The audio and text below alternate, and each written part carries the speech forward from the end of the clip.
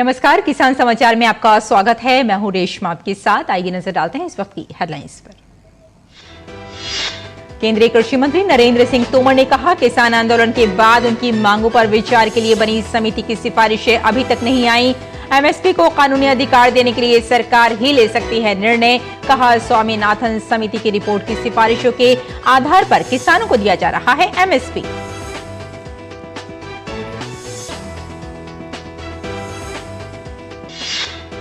ग्रामीण विकास मंत्री गिरिराज सिंह ने लोकसभा में बताया, महात्मा गांधी नरेगा योजना के अंतर्गत देश में कुल 14 करोड़ 37 लाख हैं सक्रिय लाभार्थी।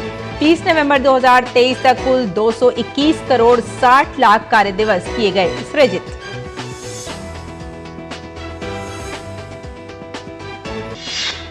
लगभग 55 लाख मछुआरों मत्स्य पालकों को रोजगार के अवसर पैदा करना है। प्रधानमंत्री मत्स्य संपदा योजना का उद्देश्य। केंद्रीय मत्स्य पालन, पशुपालन और डेयरी मंत्री पुरुषोत्तम रुपाला ने लोकसभा में बताया, महाराष्ट्र में पीएमएमएसवाई के कुल 3,351 लाभार्थी प्रत्यक्ष रूप से कर रहे हैं काम।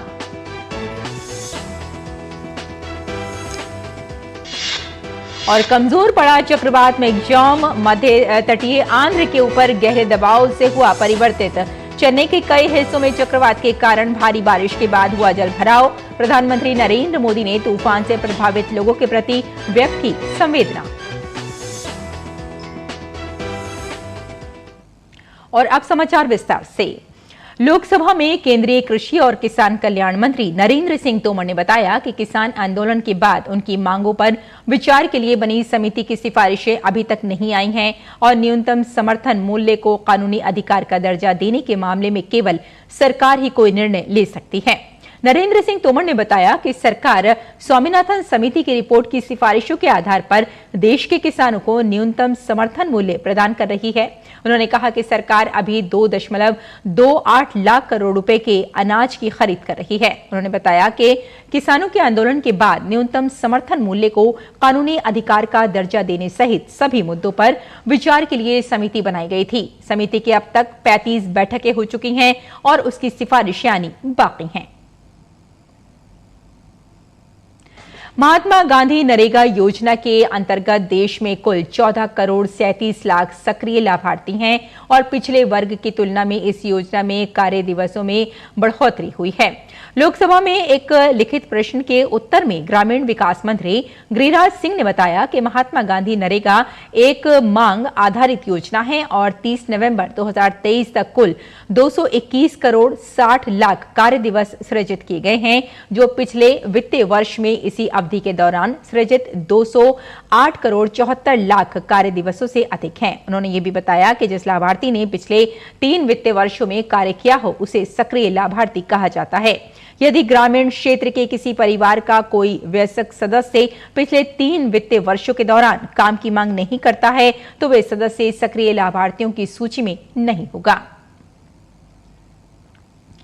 मत्स्य पालन, पशुपालन और डेयरी मंत्रालय के अधीन मत्स्य पालन विभाग प्रधानमंत्री मत्स्य संपदा योजना पीएमएमएसवाई का कार्यान्वयन कर रहा है। केंद्रीय मत्स्य पालन, पशुपालन और डेयरी मंत्री पुरुषोत्तम रुपाला ने कहा कि इस योजना का उद्देश्य लगभग 55 लाख मछुआरों, मत्स्य पालकों, मत्स्य श्रमिकों, मछली विक्रेताओं और अन्य शहरी ग्रामीण आबादी के लिए प्रत्यक्ष और अप्रत्यक्ष रोजगार के अवसर पैदा करना है। इसका कार्यान्वयन 2020 और 21 से 2024-25 तक 5 वर्षों की अवधि के लिए होगा। पीएमएमएसवाई का लक्ष्य मछली उत्पादन, उत्पादकता, गुणवत्ता, इनपुट, मूल्य संवर्धन, रोग प्रबंधन, प्रजाति विविधीकरण, प्रौद्योगिकी, जल सेक, मछली और मत्स्य पालन उत्पादों के लिए शेल्फ जीवन का निर्माण, कुशल मछली परिवहन और विपणन सुविधाओं में वृद्धि के माध्यम से मछली किसानों की आय में वृद्धि करना है। इसी बीच महाराष्ट्र सरकार ने बताया कि पीएमएमएसवाई के कुल 3,351 लाभार्थी प्रत्यक्ष रूप से कार्यरत हैं और लगभग 1,04,790 अप्रत्यक्ष रूप से राज्य में मछली पकड़ने और संबद्ध गतिविधियों में कार्यरत हैं। इसके अलावा ये अनुमान लगाया गया है कि अब तक पीएमएमएसवाई के तहत 11.46 लाख प्रत्यक्ष और 34.13 लाख अप्रत्यक्ष सहित लगभग 45.59 लाख रोजगार के अवसर सृजित किए गए हैं। सरकार ने प्रधानमंत्री किसान सम्मान निधि योजना में पारदर्शिता सुनिश्चित करने के लिए किसानों का चेहरा और आधार पहचान आधारित eKYC शुरू की है। लोकसभा में प्रश्नकाल में पूरक प्रश्न के जवाब में कृषि और किसान कल्याण राज्य मंत्री शोभा करंदलाजे ने कहा कि प्रधानमंत्री किसान सम्मान निधि योजना के तहत धनराशि हासिल करने के लिए अनेक फर्जी प्रविष्टियां प्राप्त हुई हैं। उन्होंने कहा कि किसानों को प्रत्यक्ष लाभ अंतरण में पारदर्शिता और शासन सुनिश्चित करने के लिए 13वां प्रधानमंत्री किसान कोष जारी करने के बाद नया eKYC शुरू किया गया है। करंदलाजे ने कहा कि इसकी प्रक्रिया बहुत सरल है और इसे एक मोबाइल ऐप के जरिए भी पूरा किया जा सकता है। सरकार ने पीएम किसान योजना के तहत 11 करोड़ से ज्यादा किसानों के लिए 2,60,000 करोड़ से अधिक रुपए जारी किए हैं। इस योजना में हर वर्ष 6,000 रुपए किसानों के बैंक खातों में अंतरित किए जाते हैं। ये राशि 2-2 हजार रुपए की 3 बराबर किस्तों में भेजी जाती हैं। प्रधानमंत्री किसान योजना देश भर में कृषि योग्य भूमि रखने वाले किसान परिवारों को वित्तीय मदद के लिए शुरू की गई थी। और चक्रवाती तूफान मिग्जॉम मध्य तटीय आंध्र प्रदेश के ऊपर गहरे दबाव के क्षेत्र में कमजोर हो गया है। मौसम विभाग ने कहा है कि चक्रवात के उत्तर की ओर बढ़ने से तटीय जिलों NTR, कृष्णा, एलुरु, पूर्वी गोदावरी, पश्चिम गोदावरी, कोनसीमा और काकीनाडा में भारी बारिश हुई। चेन्नई में भारी बारिश के कारण जलभराव की स्थिति पैदा हो गई है। जलभराव वाले इलाकों में फंसे लोगों को बचाने के लिए नावों और ट्रैक्टर का इस्तेमाल किया गया। बारिश से प्रभावित क्षेत्रों में राहत कार्यों का अंजाम देने के लिए कई टीमें बनाई गई हैं। चक्रवाती तूफान मिग्जॉम से उत्पन्न होने वाले मुश्किल हालात से निपटने के लिए NDRF और SDRF की टीमों को तमिलनाडु, आंध्र प्रदेश और पुडुचेरी में तैनात किया गया है। सेना के जवान भी राहत और बचाव अभियान में जुटे हुए हैं।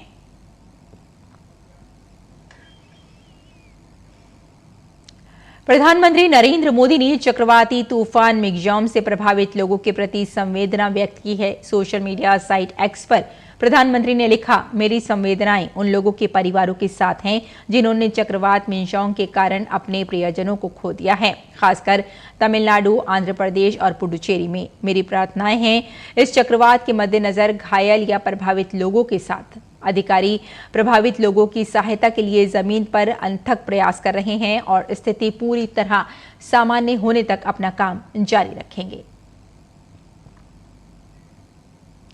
मौसमी उतार चढ़ाव के बीच दिल्ली का वायु गुणवत्ता सूचकांक खराब स्तर पर है।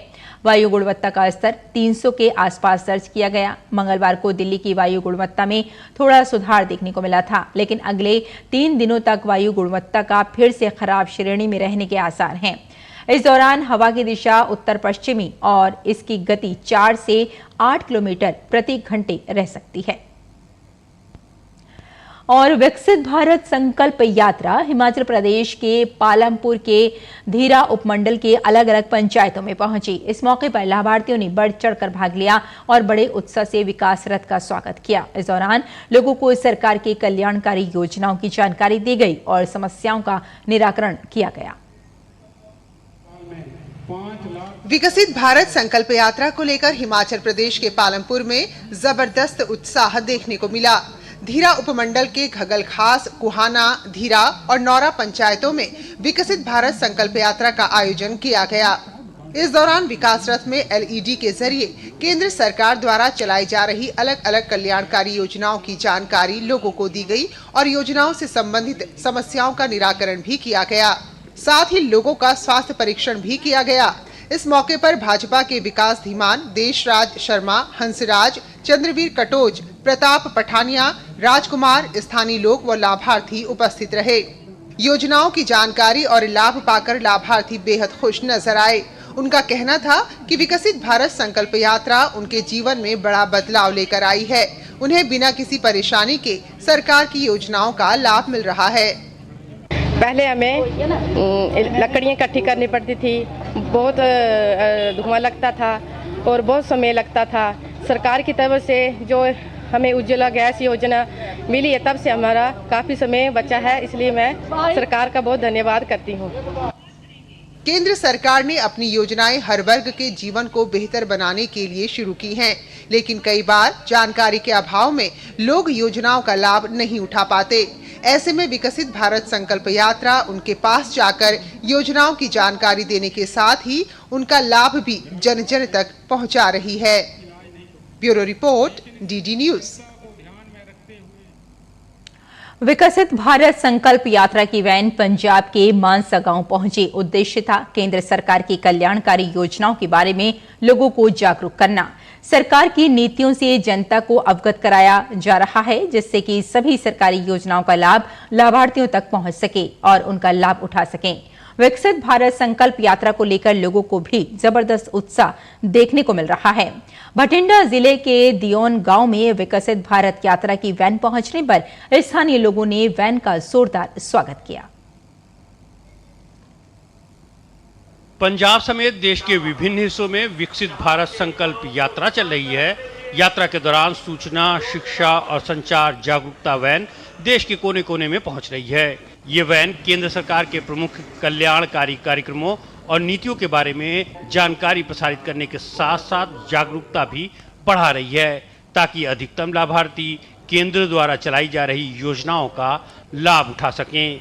विकसित भारत संकल्प यात्रा वैन मानसा जिले के गांव खड़क सिंह वाला, बुर्ज राठी रोड की सरदुलेवाला, बहादुरपुर, किशनगढ़, सईदेवाला पहुंची। इस दौरान ग्रामीणों को केंद्र सरकार की योजनाओं के प्रचार प्रसार के बारे में उचित जानकारी दी गई। विभिन्न वर्गों को लाभान्वित कर जानकारी प्रदान की गई। इस विशेष जागरूकता वैन के माध्यम से इन गांवों के लाभार्थियों को केंद्र सरकार की महत्वपूर्ण योजनाओं को लोगों तक पहुंचाने के लिए वैन पर उपलब्ध स्क्रीन, प्रचार सामग्री, वीडियो के माध्यम से केंद्र सरकार की योजनाओं की जानकारी दी गई।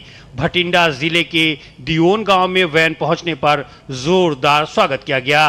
अधिकारियों ने इस अवसर पर आयुष्मान भारत, उज्ज्वला योजना और मातृ वंदना योजना के लिए नए लाभार्थियों के नाम भी पंजीकृत किए गए। ਸਾਡੇ ਡਿਪਾਰਟਮੈਂਟ ਨੂੰ ਇਸ ਯਾਤਰਾ ਵਿੱਚ ਕੰਮ ਮਿਲਿਆ ਕਿ ਅਸੀਂ ਜੋ ਮਾਈ ਭਾਰਤ ਪੋਰਟਲ ਹੈ ਉਹਦੇ ਵਿੱਚ ਵੱਧ ਤੋਂ ਵੱਧ ਅਸੀਂ ਯੁਵਾ ਦੀ ਰਜਿਸਟ੍ਰੇਸ਼ਨ ਕਰਵਾਉਣੀ ਹੈ, ਜਿਹਦੇ ਵਿੱਚ ਸਾਰੀ ਗਵਰਨਮੈਂਟ ਦੀ ਸਕੀਮਸ ਬਾਰੇ ਯੁਵਾ ਨੂੰ ਪਤਾ ਚੱਲੇਗਾ। ਸਾਡੇ ਪੀਐਮ ਦਾ ਹੈ ਸੁਪਨਾ ਇੰਡੀਆ 3rd ਲਾਰਜੈਸਟ ਇਕਨੋਮੀ ਬਣਾਵਾਂਗੇ।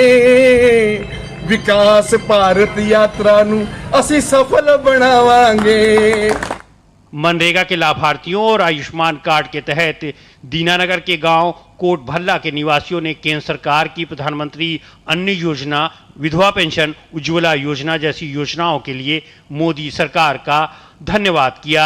सरकार ने बेरोजगारी साडे बहुत बेरोजगारी सी, सानू सरकार ने काम दिता ਅਤੇ ਸਾਡੇ ਟਾਈਮ ਟੂ ਟਾਈਮ ਪੈਸੇ ਪੈ ਰਹੇ ਹਨ। ਅਸੀਂ ਸਰਕਾਰ ਦੇ ਬਹੁਤ ਜ਼ਿਆਦਾ ਧੰਨਵਾਦੀ ਹਾਂ।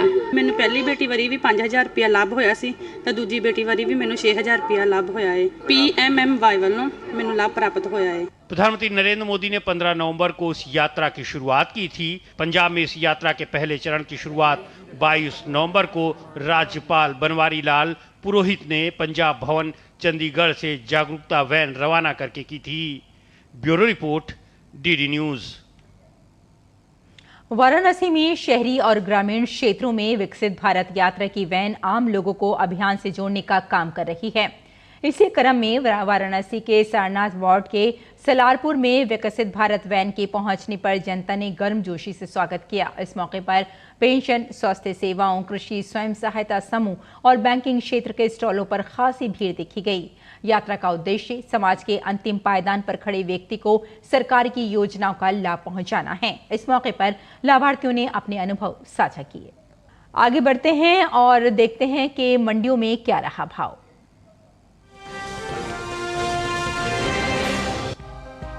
इन दिनों मंडियों में धान की आवक सामान्य बनी हुई है। भाव की बात करें तो मंगलवार को ज्यादातर मंडियों में धान के सौदों में मिला जुला रुख देखने को मिला। पुलपल्ली, कोटा और बहराइच मंडी में धान के सौदे मजबूती के साथ हुए। वहीं दहेगाम मंडी में भाव नरम रहे, जबकि तखतपुर मंडी में इस दौरान धान के सौदों में कोई बदलाव देखने को नहीं मिला। एग मार्केट के मुताबिक धान का कटोरा कहे जाने वाले राज्य छत्तीसगढ़ की तखतपुर मंडी में 4 दिसंबर को धान का भाव रहा 2183 रुपए। 5 दिसंबर को इसके भाव में कोई बदलाव नहीं हुआ और भाव 2183 रुपए पर बना रहा। गुजरात के दहेगाम मंडी में इस दौरान धान के सौदों में नरमी के साथ कारोबार हुआ। यहाँ 4 दिसंबर को धान का भाव था 2280 रुपए। 5 दिसंबर को इसके सौदे 5 रुपए लुढ़क कर 2275 रुपए पर हुए। केरल के पुलपल्ली मंडी में 4 दिसंबर को धान का भाव था 2220 रुपए। 5 दिसंबर को इसके सौदे 10 रुपए चढ़कर 2230 रुपए पर हुए। राजस्थान की दूसरी मंडियों के मुकाबले कोटा मंडी में मंगलवार को सबसे ज्यादा आवक देखने को मिली। वही बात भाव की करें तो 4 दिसंबर को यहाँ धान का भाव था 3700 रुपए। 5 दिसंबर को इसके सौदों में 100 रुपए का उछाल आया और भाव 3800 रुपए पर जा पहुंचा। उत्तर प्रदेश की बहराइच मंडी में 4 दिसंबर को सामान्य क्वालिटी की धान का भाव रहा 2000 रुपए। 5 दिसंबर को इसके भाव 50 रुपए मजबूत होकर 2050 रुपए पर हुए। बात धान की पैदावार की करें तो घरेलू स्तर पर इस साल धान की पैदावार रिकॉर्ड स्तर पर जा सकती है। कृषि मंत्रालय के तीसरे अग्रिम अनुमान के मुताबिक देश में धान की उपज साल 2022-23 के दौरान 1355.42 लाख टन होने का अनुमान जताया गया है। ये उपज पिछले साल की तुलना में 60.71 लाख टन अधिक है, जबकि साल 2021-22 में धान की पैदावार 1294.71 लाख टन रही थी।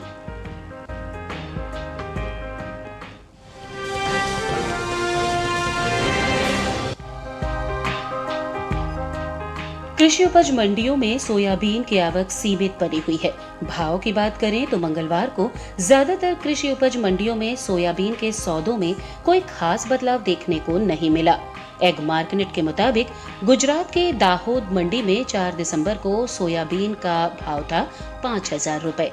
5 दिसंबर को इसके भाव में 25 रुपए की नरमी आई और भाव 4975 रुपए पर आ गया। धोराजी मंडी में इस दौरान सोयाबीन के भाव स्थिर रहे। यहाँ 4 और 5 दिसंबर को सोयाबीन 4505 रुपए पर बिकी। राजस्थान की कोटा मंडी में 4 दिसंबर को सोयाबीन का भाव रहा 4750 रुपए। 5 दिसंबर को इसके भाव में कोई फेरबदल देखने को नहीं मिला और भाव 4750 रुपए पर बना रहा। इसी तरह राज्य की ही उदयपुर मंडी में 4 दिसंबर को सोयाबीन का भाव था 4700 रुपए। 5 दिसंबर को इसके सौदे बिना किसी उठापटक के 4700 रुपए पर हुए। वही बात कुल तिलहन की करें तो इस साल कुल तिलहन की उपज का रिकॉर्ड टूटने का अनुमान है। कृषि मंत्रालय के तीसरे अग्रिम अनुमान के मुताबिक देश में घरेलू स्तर पर कुल तिलहन की पैदावार रिकॉर्ड स्तर पर पहुंच गई है। साल 2022-23 के दौरान कुल तिलहन की पैदावार 409.96 लाख टन होने का अनुमान है, जो पिछले साल के तिलहन उत्पादन की तुलना में 20.38 लाख टन अधिक है। जबकि बीते साल इस दौरान कुल तिलहन की उपज 379.63 लाख टन रही थी। सोयाबीन की पैदावार पर नजर डालें तो कुल तिलहनी फसलों की उपज में शामिल सोयाबीन की पैदावार इस साल रिकॉर्ड स्तर पर जा सकती है। साल 2022-23 के दौरान खरीफ सोयाबीन की उपज 149.76 लाख टन होने का अनुमान जताया गया है, जबकि बीते साल इस दौरान खरीफ सोयाबीन की पैदावार 129.87 लाख टन थी।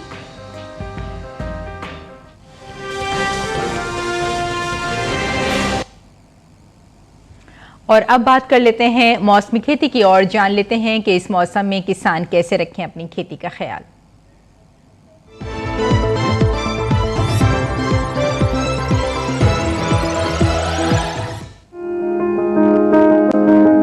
मौसम को ध्यान में रखते हुए जम्मू कश्मीर के उपोष्ण कटिबंधीय क्षेत्र में गेहूं की बुआई जारी रखें। साथ ही खेत में उचित जल निकासी की व्यवस्था रखें। यहाँ के किसान बासमती धान की कटाई कर लें। वहीं मध्यवर्ती क्षेत्र में गेहूं, सरसों, मटर और चने की बुआई मौसम साफ होने पर ही करें। इन इलाकों में जड़ वाली फसलों में निराई गुड़ाई भी स्थगित रखें। घाटी समशीतोष्ण क्षेत्र में प्याज और लहसुन की रुपाई की जा सकती है। बात करें उत्तराखंड की तो यहाँ के किसान पत्ता गोभी और फूल गोभी की रुपाई कर सकते हैं। उत्तराखंड के भाबर और तराई क्षेत्र में प्याज की बुआई करें। यहाँ की घाटियों और निचली पहाड़ियों में गेहूं की जल्द पकने वाली किस्मों की बुआई करें। साथ ही पर्वतीय इलाकों में गेहूं की बुआई का काम कर लें। वहीं उप आर्द्र उपोष्ण कटिबंधीय क्षेत्र में गेहूं और जौ की बुआई जारी रखें। उत्तराखंड के किसान गन्ने की 25 से 30 दिन बाद निराई गुड़ाई का काम कर लें। साथ ही मौसम पूर्वानुमान के आधार पर जरूरत के अनुसार गन्ने की फसल में सिंचाई करें। इसके अलावा अरहर और राजमा की पक चुकी फसल की कटाई कर अच्छी तरह सुखाकर मड़ाई कर लें। साथ ही साथ प्राप्त उपज को सुरक्षित स्थान पर भंडारित करें।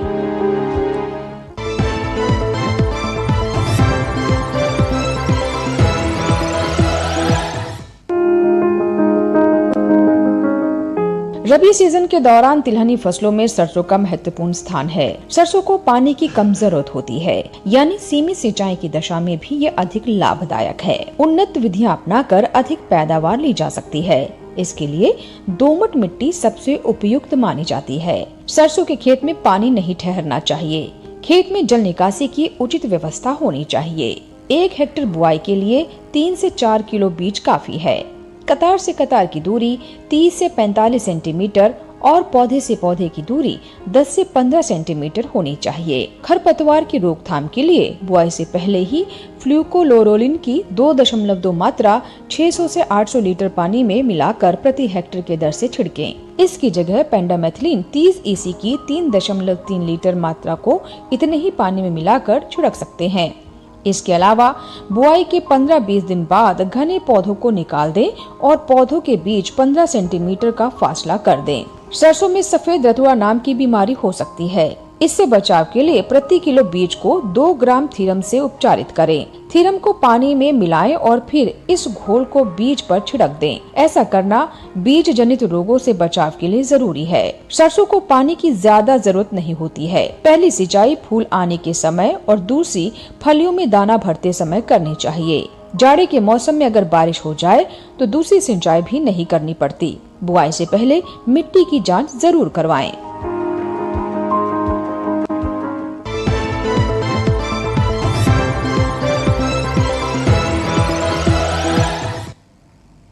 और खेती किसानी के साथ साथ आइए नजर डालते हैं कुछ और खास खबरों पर। खास खबर में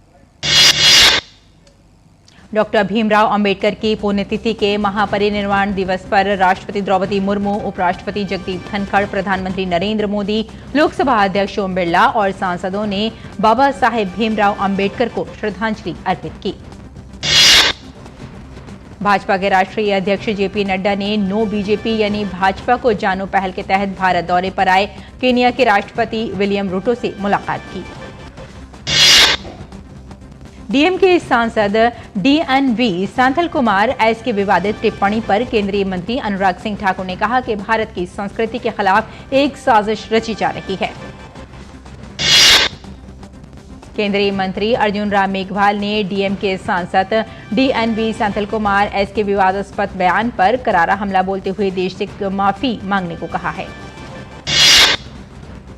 तमिलनाडु के मुख्यमंत्री एम.के. स्टालिन ने चक्रवाती तूफान मिगजॉम से प्रभावित क्षेत्रों का निरीक्षण किया। एस.के. स्टालिन ने लोगों को राहत सामग्री भी बांटी। तेलंगाना में मुख्यमंत्री पद के लिए कांग्रेस ने पार्टी के प्रदेश अध्यक्ष रेवंत रेड्डी के नाम पर मोहर लगाई है। नाम घोषित होने के बाद मनोनीत मुख्यमंत्री और राज्य पार्टी प्रमुख रेवंत रेड्डी ने पार्टी के राष्ट्रीय अध्यक्ष मल्लिकार्जुन खड़गे से दिल्ली में मुलाकात की। मिजोरम में विधानसभा चुनाव जीतने के बाद जोरम पीपल्स मूवमेंट के नेता लाल दुहामा ने सरकार बनाने का दावा पेश किया।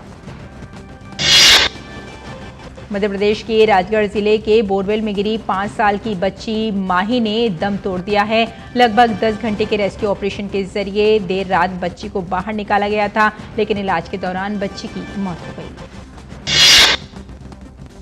श्री राम जन्मभूमि ट्रस्ट के महासचिव चंपत राय ने कहा कि श्री राम जन्मभूमि मंदिर में भगवान श्री राम के 5 वर्षीय बाल रूप की पत्थर की खड़ी प्रतिमा 4 फीट 3 इंच का निर्माण अयोध्या के 3 स्थानों पर किया जा रहा है।